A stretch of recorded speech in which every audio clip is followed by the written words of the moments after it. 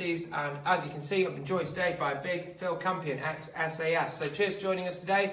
Our main topics for today's video, we're talking domestic terror, the terror threat, we're talking foreign terror, we're talking EU borders, obviously, and much, much more. So we want you guys to engage with us, send us your comments in, give us a big like and a thumbs up if you like what you see. Different way of doing news here at Westminster, so we want to be interactive with you. So do give us your views. So Big Phil, how are you today? I'm all right, mate. I'm all right, yeah. Always a pleasure to have you on the show. You're becoming a regular for us now, which is nice. So, good to see you. So look, we're going to start at home with the domestic terror threat. Now we've seen, as many of you might have seen, you go into your Christmas markets, you're out and about at winter and stuff.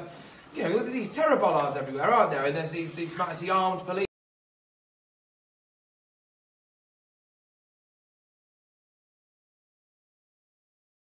They are doing, which is great, by the way, don't get me wrong. Yeah. But it would be nice to know a little bit more, wouldn't it? It's weird news because obviously we do want to be protected. Like, you know, I actually am grateful when you do see an armed police officer on the streets. But yeah, of course, right, personally, 100%. You know, and the bollards and stuff like that. It's great, but then there is that worry there, isn't there? There's that implication. Well, actually, hang on a minute. If Southampton's got to have armed police and everything, you know, is it everywhere now? You know, I mean, the figures that we're being told about terrorism and stuff, maybe they're not right. I don't know. But what do you think, guys? Please send your comments coming in. Give us a big thumbs up if you like what you see. But yeah, so I mean, what's your take on the current level of the terror threat in Britain, Phil? What do you think? I think it is critical, and I think very virtue of the fact that there are.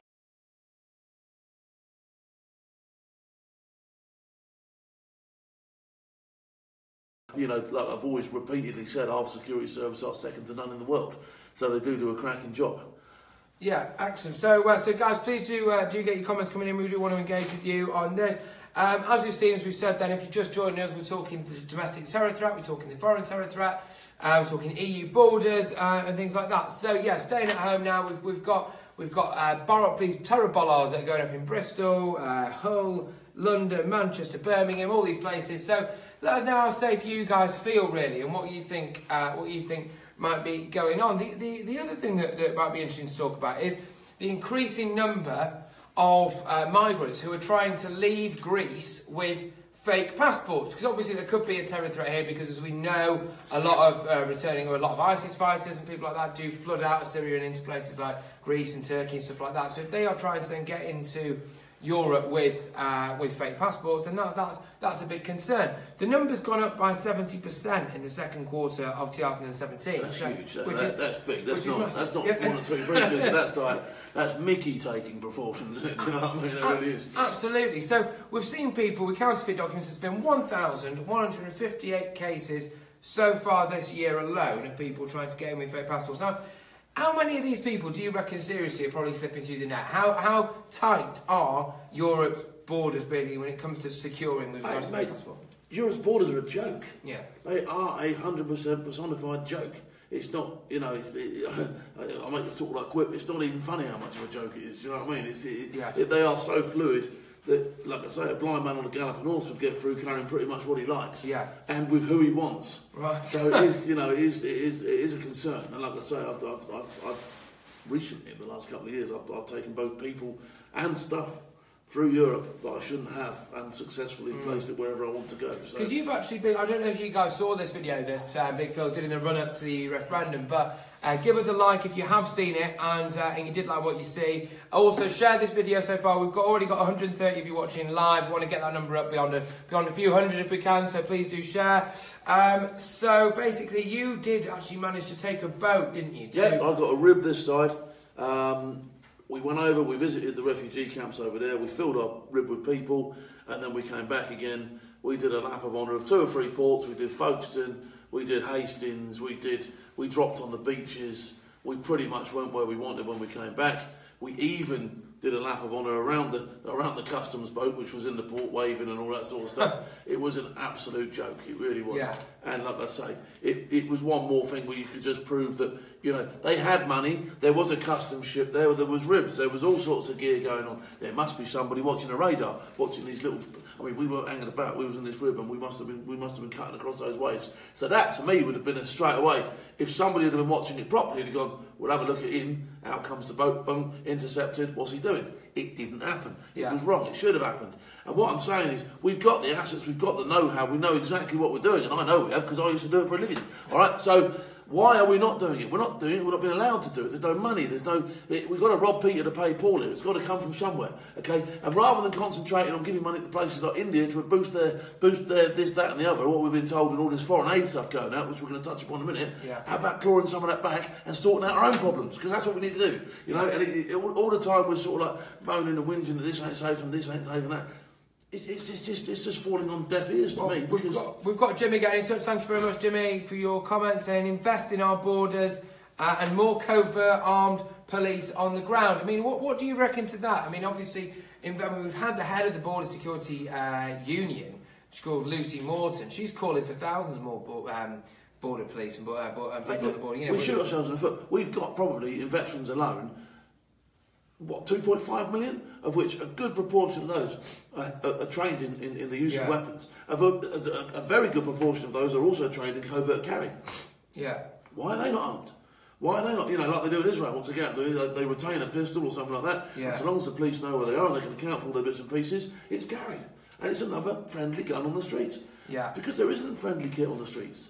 That's it, it's only negative, isn't it? And as well, I mean, a lot of it, you look as well, you see, there's something like 7,000 homeless veterans on the streets. I mean, some of these guys, if you could retrain and do something, put them to good use as well. Of course they could. You know, we've got all these empty buildings and all these blokes who ain't got nowhere to live and a great big security problem. Yeah. Hello? I mean, the maths are perfect, aren't they? You know, it's ridiculous. There we go. So, guys, thank you very much for your comments. Yes, Phil, agreed. We've got another one here saying, as an island, protecting our borders should be straightforward. Unfortunately, we seem to have basically no borders. Stop foreign aid and spread it here. That's from Alison Stubbs. We're coming on to foreign aid in a bit. So, guys, just to recap, if you are just joining us, got around 150 of you watching live now, so do give us a big thumbs up and a like and share it. We're talking about domestic terror, the borders, foreign terror, and we're going on to foreign aid as well. So something for you all to get your teeth stuck into. Do give us a comment and let us know what you think. And Anthony Richardson saying Theresa May was no good as Home Secretary. She's no better as Prime Minister. Invest more in our border controls. We should give other countries a limited amount of aid. India gets loads. It's financing a space programme. So, Phil, you know, look, in terms of where we're up to in terms of defending ourselves, our own borders, as you've said there, you want more people at our borders, you know, and you think basically it would be quite easy to do that. You want more. Of course it would. The expertise is there. You know, we have got the best security forces in the world. Yeah. We know what we're doing. We are not messing around, you know. But what there isn't is a pot of money that says, right, go and train those, go and equip those, go and do this, go and deal with that, and there should be.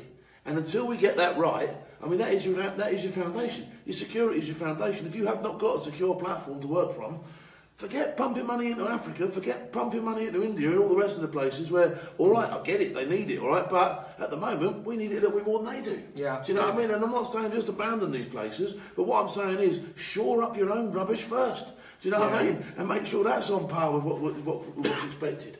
Well, that's it, guys. You know, and as we said before, you're coming up to the Christmas period. A lot of you going out to Christmas markets, a lot of you going out and about doing your shopping and stuff. We've seen these anti-terror bollards and places like that that are going up in Birmingham, in Hull, in Southampton, in Manchester. How safe do you really feel? Let us know. Let us know if you're seeing an increase in armed police. Do you really want armed police in the streets? Things like that. I'm taking you would obviously like to see more armed police in the streets. I'd like to see armed police, but I've had this conversation before actually with the police. And, you know, I recognise the fact, and so do they, that probably 75% of the plod that are walking around now, I wouldn't want them armed. Because you know, they're not the brightest cookies in the book. Right. They need training properly. And there is also a reluctance from a lot of coppers to carry a weapon. Okay, so if you've got a man that doesn't want a gun, the chances are he's not going to use it properly on the day. So what they need to do is, within their recruitment policy, is make it clear that one day you may have to be armed. And so therefore, when you sign your dotted line quite clearly states you may have to be armed, and therefore you will have to be trained, and therefore you will have to accept this before you sign. You kind of take that choice out of their hands, basically. Of course you do, yeah. And so the recruitment nowadays should say, even if they've got no intention of arming whatsoever, it should be part of the recruitment for them nowadays to say, if required, you will be armed. Right. And you have the choice now. If you can't put up with that, take a job. Fantastic. So Leaf has got in touch saying the time is now to start looking after ourselves first. Foreign aid needs to be ended. And I will stay on the topic of foreign aid because if you visit westmonster.com, which is our website, you'll see all the stories there, or just scroll down our Facebook page as well because we put the story on this about this up earlier. So poverty in the UK has got so bad that kids are now going to school with rickets, which is a disease that you normally get if you're completely severely malnourished. Schools are handing out free shoes to kids, which is, to be honest, a massive piss take, given that we're supposed to be a first world country. They're doing the kids' washing for them, because parents don't have washing machines at home. Yet £13.3 billion is being given away in foreign aid to places like India, which has a space programme. I mean, I find this a bit mental. What are your thoughts on this, Phil? It's shocking. It absolutely does me in to think that, you know, there's kids here that aren't being, that through lack of funding, aren't being looked after properly, because I'm sure their parents love them and all that sort of stuff. Yeah, of course. But if you can't afford a washing machine, you can't afford a washing machine. Why can't they afford a washing machine? What has gone so badly wrong in this country? I'll tell you what's gone so badly wrong in this country. There's too many bloody people here. All right, and we need to stop. We need to close these borders down, control these borders. You know, not only from a sort of security perspective, where at the moment it's shocking, and I can come and go as I please. But we need to know how many people are in this country. We need to know how many mouths we've got to feed. We need to know how many people we've got to clothe and shod and all the rest of it. Do you know what I mean? And at the moment, it ain't happening. And the proof of the pudding is kids are going to school underfed with dirty clothes. That to me, I mean, that's sad. It's not. Well, it's sad if nothing else. Well, I mean, Thomas Judge is saying that it's political correctness is fault. Thanks, Thomas. Please do give us a thumbs up if you like what you see. He's saying political correctness is like a cancer in the UK. He says that foreign aid is quite clearly going to people that wish harm to our people, and that's interesting as well, because in your time, because Big Phil here, if you don't know who he is, ex-SAS, huge amount of experience in that field. You've seen in your time, haven't you, questionable maybe ways that foreign aid is being spent? I went to Nigeria probably, 8 years ago. I went to Nigeria. We were paid in aid money. And we knew it was aid money. It was a stack of Benjamin Franklin's $100 bills, numerically, consecutively numbered, okay, and the geezer had it in his drawer. Crazy, isn't it? Right, we were out there training Jonathan Goodlad's bodyguards, okay, and that was the job, and that's what we were doing. And we came to the end of the job, and he went to his desk, and he went, how much was it? And he got out blocks of money and said, there you go, off you go. So you know what I mean? That was aid money. All right, that, without any shadow of doubt. When I was in Iraq, you know, they used to keep the money on Basra. You could go in and you could see these piles of money in a room bigger than what we're sat in here, which is quite a big room, and there was just piles of money. And Private Bacon Neck would come down and he'd go, right, so-and-so needs that, and they'd literally almost measure it out rather than count it out, do you know what I mean, because there was so much. And it would get given to some random, and he'd go and do his bits and pieces. It is shocking. And if you could account for every last penny that went out of this country, because they can account for the money that comes in, that's for fucking sure, isn't it? You know what I mean? So if you could account for every last penny that goes out of this country, and say, right, I want to put my finger on that one, that one, that one, and that one, I think you'd be fucking shocked to find out where it went, because I know where it goes, and I've seen where it goes, and it don't go as it's supposed to, I'll tell you that. Well, there you are. Leaf Stacey agrees with you. Thanks very much, guys. If you like what you're seeing, give us a big thumbs up, share the video. Leaf is saying it's horrendous. Warren Stevens saying foreign aid should stop 100% until our own house is in order. And just seen as well, a lot of you are just joining. We've nearly up to 200, including a bloke called Charlie Bayliss. Thank you very much for getting on the show, Charlie. Good to see you, have you on board. So here we are. So basically, in terms of foreign aid, a lot of you are quite angry that, to recap, that we've got kids whose parents are being driven to food banks by teachers, that schools are having to hand out free shoes to people, kids are developing rickets, which, as a doctor said in this report that came out yesterday, you don't expect to see that in a developed country. Yeah, as Big Phil's saying, you know, all across the world we seem to be dishing out millions of pounds, billions of pounds to people. India, for example, which has a space program. So I mean, what would you do? Would you, if you were in power, Phil, what would you do? Would you stop the foreign aid budget? Would you cut it and spend it all at home? I'd absolutely just rein it all in. I think we need to be in a position where we literally stop the whole train. All right. Assess where it's going and then move on again, all right? Because otherwise we're just sort of like thundering down this track, bunging money out, left, right and centre, doing exactly as we please, nobody really accounting for anything, nobody know where it's coming from or going, and it's just ridiculous. And you wouldn't do it yourself, would you? Do you know what I mean? You want to account for where your money's going out and where your money's coming in. So the whole aid thing for me, it's a shambles, and it needs to be, you know, somebody needs to take a grip of it. You know, but for now, when we've identified that we have got problems on our own borders and that we have got problems in our schools and that there's a poverty problem here of our own, we don't need to be giving any of that money away. And like I said yesterday to someone, if the EU and that, you know, pay us, we pay you to leave. No, I don't think so. You pay us. Yeah. That's another thing that's absolutely breaking me. Cool. What have you done that says I should give you billions of pounds worth of taxpayers' money? What have you done? What have you done for us? Other than rob us of half of our stuff that we wanted, like, you know, all the stuff we had to change, all the units of measure, all the stuff we had to change, all came at a cost to the working man, okay? And you want to now charge us billers for that. You're having a laugh. Well, I'll tell you what, guys, give us a big thumbs up if you agree with what Big Phil's been saying there. There's a lot to agree with. Robin Bradley certainly agrees with you, Phil. He's saying, why does the government keep sending aid abroad when money is needed here? The armed forces, hospitals, schools, NHS. I mean, he's actually spelled schools wrong, so maybe it definitely is needed in schools. But there you go. But no, guys, seriously, thank you very much for watching. Let's try and get up over 200 live viewers. If you can give us a big thumbs up, share it, tell your friends. Also, don't forget to check us out on YouTube as well. Brett Jones saying, who's this fella? Well, I'll tell you what, if you don't know who Big Phil is, then you Brett, my name's Big Phil. All right, Brett. Do some digging. Google me name, you'll get all sorts of shite up. And Amanda's a regular on the show. Thanks very much, Amanda. Now, I want to talk, but you touched on the EU there, so I'm going to stay with the EU, Phil. No, we're not. We're going to leave. Well, look, Jean-Claude Juncker, everyone's favourite drunk uncle, Jean-Claude Juncker, has just come out and said that, basically, look, the EU army is definitely happening. We're moving towards an EU army. Now, you're a military man yourself. It's just shocking. That whole thing, EU army. Cut you loose. Go on. Absolutely makes me want to blow chunks out of every hole that I've got. It really does. It's a honking thing. It's disgusting. You know. And how would you ever sell it to troops over here? I could understand that maybe they want to, take a few people to monitor this stuff going on, but you'd have to change a whole system. You couldn't just become an EU army. Right. Do you know what I mean? So I've got to tell Private Baconneck in the parachute regiment, who's proud to bits to wear his red beret and all the rest of it in his wings, and he struts around, he's the hardest man on earth, and suddenly I've got to say, we're going to be part of some ridiculous lunatic screaming, all singing, all dancing brigade. No, it ain't going to happen. It's not going to happen. It's just, like I say, if you want an EU brigade, I don't see the benefits of it. We have a great army. We have, we can call from all sorts of places. That's what NATO was set up for. Okay, and that's what these various coalitions are supposed to do. We don't need to again rob ourselves of our identity, strip everybody back to the wood, and then push forward as this one great big lump of just EU shite. Right, it gets on my nerves. That's it. And when you guys think about how long it takes the EU to make a decision, or what their decision process really is, all now 27 countries have to agree to everything. Let's say Putin. Bearing in mind, they were the last ones to get involved in anything. The French hardly turned up at all in Iraq. Do you know what I mean? And all the stuff that we stood for, they were either not getting involved, or they got involved at such a level that it was just pitiful. They don't want to commit troops to anything. If you look at across the board, what we did compared to what they did in the bigger picture, it was absolutely shocking. So no, and if you want some of our representation in your European army, you can pay for it. You can pay through the nose as well. Tell you what, guys, Big Phil's always speaks a lot of sense on this show, but if you particularly like what he's saying today, make sure you give us a big thumbs up, share this video, spread the word. Alison's got in touch to say Cleggy was wrong again, because obviously Nick Clegg said there wouldn't be an EU army. So there we are. Chris Lane saying we give the EU money, they give some away of it in foreign aid, and therefore we pay twice.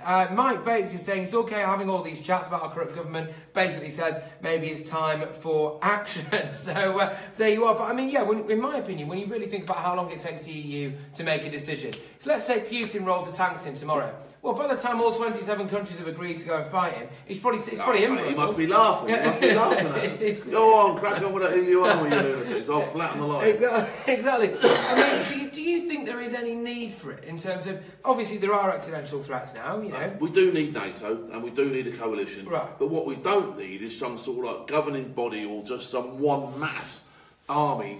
It just would never work. There's enough people kicking and screaming against the European Union as it is to prove that doesn't work. To now then say, I'll tell you what we'll do, we'll just have an army instead then. No, we won't have an army. Like I say, we'll club together when we've got a problem and we'll sort it out that way. And like I say, if you want anything over and above that, well, you can pay and you can pay through the nose for it proper. You know what I mean? Because it's just, it don't work for me. I wouldn't sign up to that. I wouldn't join an army like that. No, there you go. And now, guys, we're going to shift a little bit to the global terror threat. We specifically a story we did at westmonster.com. So make sure you check out our website, westmonster.com, and keep your comments rolling in, guys. There've been some great ones so far. I'm just going to touch on one here from Lee Brown saying, I've been pissed off with all these subjects and more for years. Sadly, there's those typical mad, delusional decision makers on the continent saying the correct answers and solutions are plain a bit of common sense and plain speaking. There you go. So scrupulous. I seriously think that you have to look at this political. Look, when I can walk into a university which is meant to be one of the prime universities in this country, Warwick, right? It's meant to be in the top 5 or something like that. It's meant to be an educational institute to parallel anything else on this planet. All right, and you've got 3 toilets. All right, you've got a male and a female and one for people that don't know what the fuck they are. That, to me, is stupid. That is on another level of cuntishness. That is a complete smorgasbord of idiocy. All right, completely, utterly, and Sorry, I said the seed bomb, but don't worry about it. That absolutely breaks me, right? Absolutely breaks me, because that is just—it's another level of stupidness. You know what I mean? And these people are the ones that eventually shoehorning themselves into a position where they're making the decisions. Yeah. Oh, come on. Well, there we are. So, someone saying here, see, Simon Ingram, thank you very much, Simon. You're a regular on the show, and it's great to have you as always. Saying Juncker and his ivory tower. And I think that's the issue. A lot of these EU decision makers live in an alternate reality for most of us. They're not the ones. Their families aren't killed when a terror attack happens. No. They're not involved. They're completely detached from reality. But moving on, we're going to terror abroad, guys. If you check out westmonster.com, we did a story. I don't know what your opinion on this is, Phil, but in Melbourne, in Australia, they have just installed 90, basically a terror warning system, where if there's a terror attack, there's now 90 speakers that blare out, not just warnings to the public, but also instructions to the police. Now, all right, great. Okay, if that saves lives, that's brilliant, and we get that. We're living in a bit of a weird kind of Orwellian sci-fi reality, aren't we, where we now need some PA warning systems. I mean, how terrifying is that, really? It is a pretty scary prospect. I mean, what we're going to get next? Drones flying in? Well, yeah, you know, that sort of thing. With speakers on them. Robots coming into battle. I think you have to sort of, you have to temper this with a bit of common sense. Do you know what I mean? Yeah. Is that level actually required? Yeah. You know, we've looked at the countermeasures ourselves, and we've looked at the way the public have been briefed, which is run, hide, tell, which for me doesn't work. Right? Run, hide, tell is another crock of rubbish which has been spread around by the government in an attempt to be seen to be doing something. Which actually, if they'd have spent a little bit more time, they could have probably come up with something a little more comprehensive. But they haven't. So, you know, with these speaker things, I can see where they're coming from. Yeah. But isn't that then going to... you can see that spilling over into a condition when you've got this thing in the corner going, pick that rubbish up! Do you know what I mean? That's where I'm going. That's where I'm going. Pick that rubbish up! Do you know what I mean? That's what leave him alone! It's become a complete Orwellian society. Which is shocking. Yeah, so you've got to have a little... You've got to temper it a little bit, haven't you? Do you know what I mean? That's it. Well, so Stephen Thompson I do think that there should be, you know, an ambulance responding to a terrorist situation should have a different tone on his sirens. Yeah, that's right. And a policeman responding to a terror thing, any emergency service responding to terror threat should have a different sound on his thing so that people know. That's interesting, actually. Okay? It's common sense again, isn't it? Do you know what I mean? Let people know what's going on. That's probably why I've never heard it before, don't scare them. Do you know what I mean? Do you know what I mean? I want to say, Alison's got in touch saying, Phil, you need your own show. Brilliant. Well, maybe watch this space. We'll have to wait and see. Stephen Thompson saying, at the cost of millions, compared to people... So basically saying that places like Australia are now putting in these counter-terror measures at the cost of millions or maybe billions of taxpayers' money when really maybe they've caused the problem themselves with weak immigration. And I'm going to touch on now, staying on international terror, this ties in perfectly with what went on in New York the other day. So in New York, a bloke who'd been in the country for about 7 years, allegedly, blew himself up, presumably tried to kill as many people as he could, that's why he's doing it, in a subway station, at a bus station in New York. He'd allegedly come from Bangladesh about 7 years ago, and now Trump got a lot of stick, didn't he, Donald Trump, when he announced the travel ban. And it was called racist, it was called everything under the sun. But actually, we are now seeing, aren't we, plenty of cases of people that have been allowed in from countries that are a little bit suspect, and then they've committed terror when they've been there. What's your maybe take on the travel ban side of things? I'm siding with Trump on this, I'm afraid. I have to side with Trump. He just wants to secure his borders. You know, he's not racist. He just wants to know what's coming and what's going and what's in. And that's a fair one, isn't it? Come on, geez. You know, you wouldn't send your kid to a school if you didn't know what was going to be in that school, would you? Do you know what I mean? You'd expect somebody, a teacher or somebody, to have a grip enough on that school to say, these people will be in and those people won't be in this school. Do you know what I mean? It's a normal thing. You know, you wouldn't go anywhere without knowing what to expect, would you? Yeah. Okay, so and that's all he's doing on a bigger scale. Yeah. I want to know what I'm dealing with here. Do you know what I mean? And like I say, these people, you know, homegrown talent and all the rest of it, it is getting radicalised at home. But it's getting radicalised by people that have been brought in, it's getting radicalised online, okay? That's where the efforts need to concentrate, okay, on the radicalisation. Well, this is it. Stephen agrees with you. He's thanks for getting in touch. Guys, please keep your comments rolling in. Again, if you're liking what he's saying, give us a little love heart for Big Phil. Give us a big thumbs up for Big Phil. Sharon saying he tells it how it is. Chris Lane saying he blew his own knackers off. I must say, Chris, I'm with you on this. And I really do enjoy it when one of these, let's call them what they are. Pound shop bomb. It's another pound shop bomb, isn't it? Like the one we had over here. When one of these people, let's call them what they are, you know, knobheads really, decides that they're going to do something and ends up ends up only hurting themselves. I mean, to be honest, there's a certain level of karma in that, isn't there? Stephen Thompson saying he's protecting, talk about Donald Trump, saying he's protecting his people. And this is it, isn't it? I don't think Donald Trump is doing the closing the borders thing, is doing this flight ban thing for any other reason than he wants to stop lives being lost. He comes across as a bit brash. He does shoot from the hip. He uses Twitter too much. He's got a stupid haircut, all right? That's the plus. That's the downside of it. Yeah. But what he's actually trying to do behind the scenes, I can see it and I get it. Do you know what I mean? But maybe, again, he's just going about it the wrong way. We're not enough people are reading into it and going, cheers, Donald. They're kicking against him all the time. And it's the same sort of situation as what we had here. You know, as soon as people didn't get their own way with the Brexit vote, out they poured onto the streets and started kicking and streaming. Rather than getting behind what was going on and trying to make a difference and make the whole thing happen and the process, you know, fall into place a lot easier, you just got to accept it. Your majority people voted that man in, so you've got to get behind him, you know? And whether he's wrong, right, that doesn't matter. That's what you've got to deal with. So if you want to shout and bump your gums and all the rest of it, well, that's fine. But you need to be shouting and bumping your gums and making a difference and not just slating everything. Come up with solutions. Fire stuff into the chain that can actually make a difference. No, you got a lot of thumbs up for that. So you guys really are liking what Big Phil's saying here. So it's great to have you all on board. Thank you very much. Don't forget to share and spread the word about what we're doing here at Westminster. But one of the things I want to touch on again with you, Phil, is it's about this idea of online radicalisation, because I know that's not necessarily, it's a new thing, isn't it, really? It's a newish thing anyway, online radicalisation. But it needs to happen, because that's what's happening with a lot of homegrown terrorists. You know, and this New York guy apparently was radicalised online.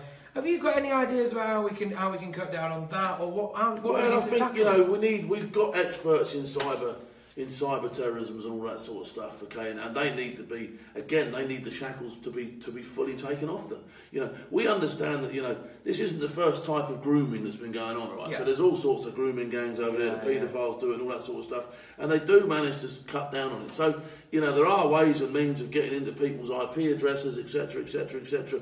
But there needs to be more resource thrown at it, absolutely taking it on full on, do you know what I mean? And along the way you will get a couple of things wrong, that's without a doubt. But, you know, that can usually be sorted out afterwards.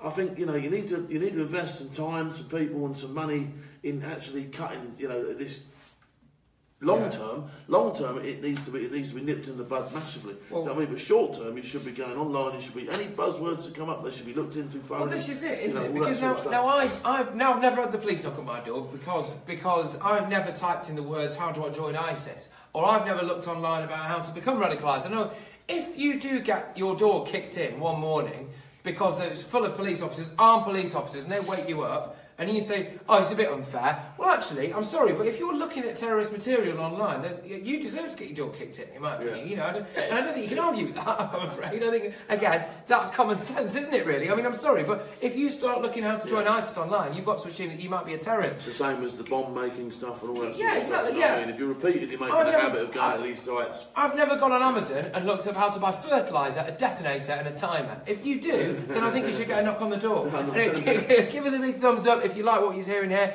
Phil, we're going to come to one of the last ones I'm going to talk to you about today now. It's just back to border security, guys, so I'll read out a couple of comments first, actually, before I do. Chris Lane saying, I've got to go back to work, guys. Someone's got to earn the tax for Teresa the Appeaser to give away. Thanks for the broadcast. Nice to have you on, Chris. Anytime. Nice to see you, buddy. Anytime.